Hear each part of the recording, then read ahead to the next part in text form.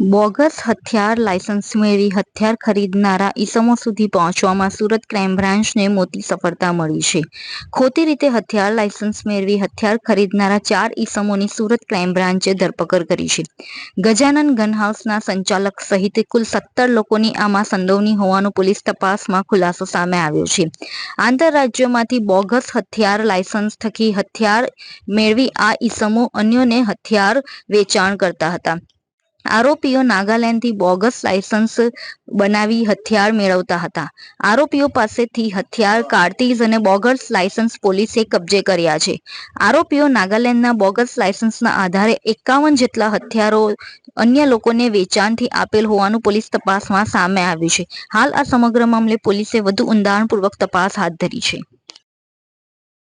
Gujarat police તરફથી અલગ અલગ રાજ્યોમાંથી ફેક લાયસન્સના આધારે જો નોન પ્રોહિબિટેડ બોર વેપન્સ છે એના ખરીદી કરીને યુઝ કરવાના જો એક બાતમીના આધારે જો એટીએસ તરફથી કાર્યવાહી કરવામાં આવી અને આ જ અનુસંધાને જો સુરત સિટી ક્રાઇમ બ્રાન્ચ તરફથી બી એના ઉપર વર્કઆઉટ કરવામાં આવેલા, જેમાં 20 જેટલા વેપન્સ જો જેમાં 0.32 બોરના પિસ્ટલ છે, રિવોલ્વર છે, ડબલ બેરલ ગન્સ છે જો અને આ પ્રકારના વેપન્સના રિકવરી અહીંયા કરવામાં આવી. ટોટલ કુલ 20 વેપન્સ પકડવામાં આવેલા, જેમાં 93 જેટલા જો કાર્ટીજીસ અલગ અલગ જો પિસ્ટલ અને રિવોલ્વર એના અને ડબલ બેરલના કાર્ટીજીસ બી છે અને ટોટલ અત્યાર સુધી 4 આરોપીઓને પકડવામાં આવેલા છે અને કુલ 16 જેટલા આરોપીઓ અમારા વોન્ટેડ છે જેને પકડવાની કામગીરી ચાલુ છે.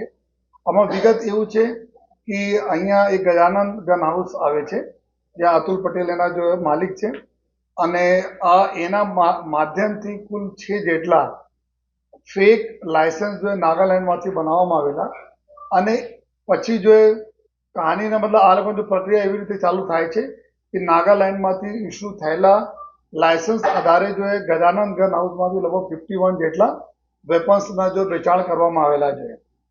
આ અનુસંધાને જો એક વ્યક્તિ છે જેના શેલાભાઈ બોડિયા નામના એક વ્યક્તિ છે જો અહીંયા કામરેજ પાસે રહેતા હતા અને એના માધ્યમથી જ્યારે ગનોના વેચાણ અહીંયા થતા હતા ગજાનંદ ગન હાઉસમાંથી, ત્યારે જો અતુલભાઈ એના કોન્ટેક્ટમાં આવીને એક આસિફ કરીને એક વ્યક્તિ છે જો હરિયાણામાં રહે છે. જો આ બધા આમાં કિંગ પિન અત્યાર સુધી અમારે તપાસમાં નીકળ્યા છે, જો મેન એના મુખ્ય એના કલ્પ્રિટ છે, તો એના કોન્ટેક્ટ કરીને અહીંયા જે લાયસન્સ જો ઈચ્છુક લોકો હતા જો એના કોન્ટેક્ટ કરીને અહીંયાથી એના આધાર, પેન, બીજા જો ફોટો વગેરે લઈને બ્લુ ડાર્ટ કુરિયરથી સીધે નાગાલેન્ડ મોકલવામાં આવતા હતા આસિફના બતાવેલ જગ્યા ઉપર છે અને જો આંગળીયા મારફતે જો પૈસા લગભગ 10 લાખ રૂપિયાના આસપાસ પર વેપનના જો અત્યારથી તપાસમાં એવું આવેલા છે. નોઈડા અને દિલ્હીમાં આ આસિફ પાસે પૈસા અહીંયાથી મોકલવામાં આવતા હતા. નાગાલેન્ડમાંથી પછી વેપન આપણા લાયસન્સ બને જોઈએ, લાયસન્સ બન્યા પછી અહીંયા લાયસન્સ આવે અને એના આધારે જો આપણા ગજાનન ગન હાઉસમાંથી ટોટલ બધા આ તમામ લોકોને જો વેપન અહીંયા આપવામાં આવેલા હતા. એટીએસ તરફથી બી રિકવરી કરવામાં આવી. પોલીસ જ્યારે ક્રાઇમ બ્રાન્ચની ટીમે કરી કુલ 20 જેટલા જો વેપન અમે રિકવર કરેલ છે. 4 આરોપી પકડા છે, 16 જેટલા આરોપીઓને પકડવાના બાકી છે, એની પ્રક્રિયા ચાલુ છે. આ લોકોના એમઓમાં ખાસ વાત એવું હતી કે 6 જેટલા લોકોના જો અતુલ પટેલે બનાવીને મોકલાયા, આ લોકો કોઈ દિવસ નાગાલેન્ડ જોયા પણ નથી, નાગાલેન્ડ ગયા પણ નથી, પરંતુ એના જો નાગાલેન્ડમાં એક એડ્રેસ, ઘરના એડ્રેસ બતાવવામાં આવેલા છે અને આ એડ્રેસના આધારે ત્યાં પૂરી પ્રક્રિયા કરીને જો લાયસન્સ એના મેળવવામાં આવેલા છે.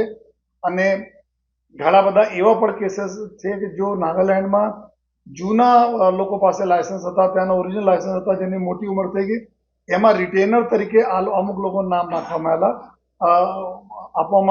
નાખવામાં આવેલા, જેમાં આ લોકો ખોટા એડ્રેસના ક્રિએટ કરીને રિટેનર તરીકે નામ નાખે અને પછી રિટેનરના આધારે નવા લાયસન્સ કઢાય છે. આ નવા લાયસન્સ માટે અમારી જો ટીમો ત્યાં નાગાલેન્ડમાં છે, જો અત્યારે ત્યાંના ડિસ્ટ્રિક્ટ એડમિનિસ્ટ્રેશન સાથે જો સંકલનમાં છે કે ત્યાંથી કેટલા ખરેખર ઇસ્યુ થયેલા છે, અગર ત્યાંથી ઇસ્યુ થયેલા તો નહીં થયેલા હોય તો આ બધા કેવી રીતે આ લોકો ફોર્જરી કરીને ક્યાંથી બનાવ્યા અને ક્યાંથી જો અત્યારે જો એમએચએની સાઇટ છે જો એના ઉપર યુઆઈએન નંબર હોય છે, યુનિટ આઈડેન્ટિફિકેશન નંબર હોય છે તમામ લાયસન્સને, એને ચઢાવવામાં પણ આવેલા છે. તો કેવી રીતે ખોટી રીતે આ સાઇટ ઉપર ચડાવવામાં આવેલી છે, અંદરનો કોઈ વ્યક્તિ ઇન્વોલ્વ છે કે નહીં, એના માટે પૂરી અમારી ટીમ અત્યારે કામ કરી રહી છે જો લેકિન અત્યારે કુલ 20 જેટલા વેપન 4 જેટલા આરોપીઓનો ધરપકડ કરવામાં આવી છે. આ એક મોટું સ્કેન્ડલ છે જેમાં આ લોકો જો બીજા રાજ્યોના ખોટા લાયસન્સ બનાવીને અહીંયાથી વેપનના વેચાણ કરીને યુઝ કરતા હતા, લઈને ચાલતા હતા. આ દિશામાં અમારે અલગ અલગ ટીમો બનાવવામાં આવેલી છે. ક્રાઇમ બ્રાન્ચના લગભગ 4 જેટલા પીઆઈના નેતૃત્વમાં ટીમો છે જે આગળના દિશામાં બીજા આરોપીઓને શોધવાની પકડવાની કામગીરી અને નાગાલેન્ડ પોલીસ સાથે સંકલન કરીને તમામ માહિતી લેવાની કામગીરી ચાલુ છે. આમાં અત્યાર સુધી જો તપાસમાં જો આરોપીઓ અમે પકડાયેલા છીએ આમાં એવું હતા કે એક લાયસન્સના 8-10 લાખ રૂપિયા લેતા હતા. ગજાનન જો આપણા ગન હાઉસવાળા છે અત્યાર સુધી એના કહેવા પ્રમાણે કે કોઈ કેસમાં કોઈ કેસમાં 2 લાખ રૂપિયા એના કમિશન મળતા હતા, બાકી આસિફના આપતા હતા અને આસિફ બાકી બધી જગ્યાએ પૂરા પેપર અને લાયસન્સ જો મેનેજ કરતા હતા.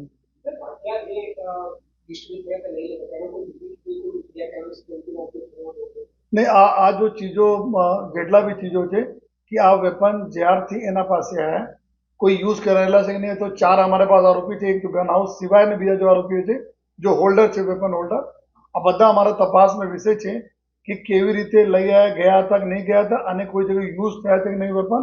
આ બધી બાબતો અમે તપાસ અત્યારે જો રિમાન્ડ લઈને કાર્યવાહી કરવાના છે. અગર આપણા જોઈએ તો લગભગ જો આપ વચ્ચે પર ઘણા બધા એવા મેટ્રો આવ્યા હતા જે અમુક સ્ટેટમાંથી જો આ લોકો લઈ આવીને કરતા હતા. આ બધાને ખ્યાલ હતો એ સોજીના ટીમ તરફથી લગભગ પૂરે રાજ્યમાં ઇન્ક્લુડિંગ સુરત શહેરમાં બી જો સિક્યોરિટી ગાર્ડને કામ કરતા હતા એના પાસે તો વેપન જેએનકેના લાયસન્સ, નાગાલેન્ડના લાયસન્સ, અમુક જો મણિપુરના લાયસન્સ ઉપર જો આ લોકો લઈ આવતા હતા. ફેક લાયસન્સના ધારે કેસો બી થતા હતા. લેકિન અત્યાર સુધી આ એવું અત્યાર તપાસમાં જાણવા મળે છે કે લગભગ જો 6-7 વર્ષ છે આ અહીંયા જો ટીમો છે આ એના પીછે કામ કરતી હતી. લેકિન આપણા એવું છે કે ચૂંકि અમે લોકો જોઈએ છીએ કે લગભગ 10-15-20 વર્ષોं में કન્ટિન્યુઅસ આ એસઓજી ટીમ અને પોલીસ ક્રાઇમ બ્રાન્ચની ટીમ કામગીરી કરતા હોય છે. તો આ બહુ સમયથી ચાલતા હશે. લેકિન અત્યારે 6-7 વર્ષમાં ઘણા બધા ખૂબ ઢેર સારા લાયસન્સો અને અહીંયાથી 51 જેટલા વેપનના વેચાણ આપણા ગજાનન ગન હાઉસ થયા છે. તો એવું જેવું લાગે 6-7 વર્ષ અહીંયા પૂરે જોરમાં ચાલતા હતા. જો લાયસન્સ લેતા હતા એના એક ક્રેજ વેપનના લેવાના રહેતા હતા, પરંતુ આ ક્વોલિફાઈડ વ્યક્તિઓ નહીં હોય, આ લાયકાત ધરાવતા નહીં હોય, એના કોઈ થ્રેટ નહીં હોય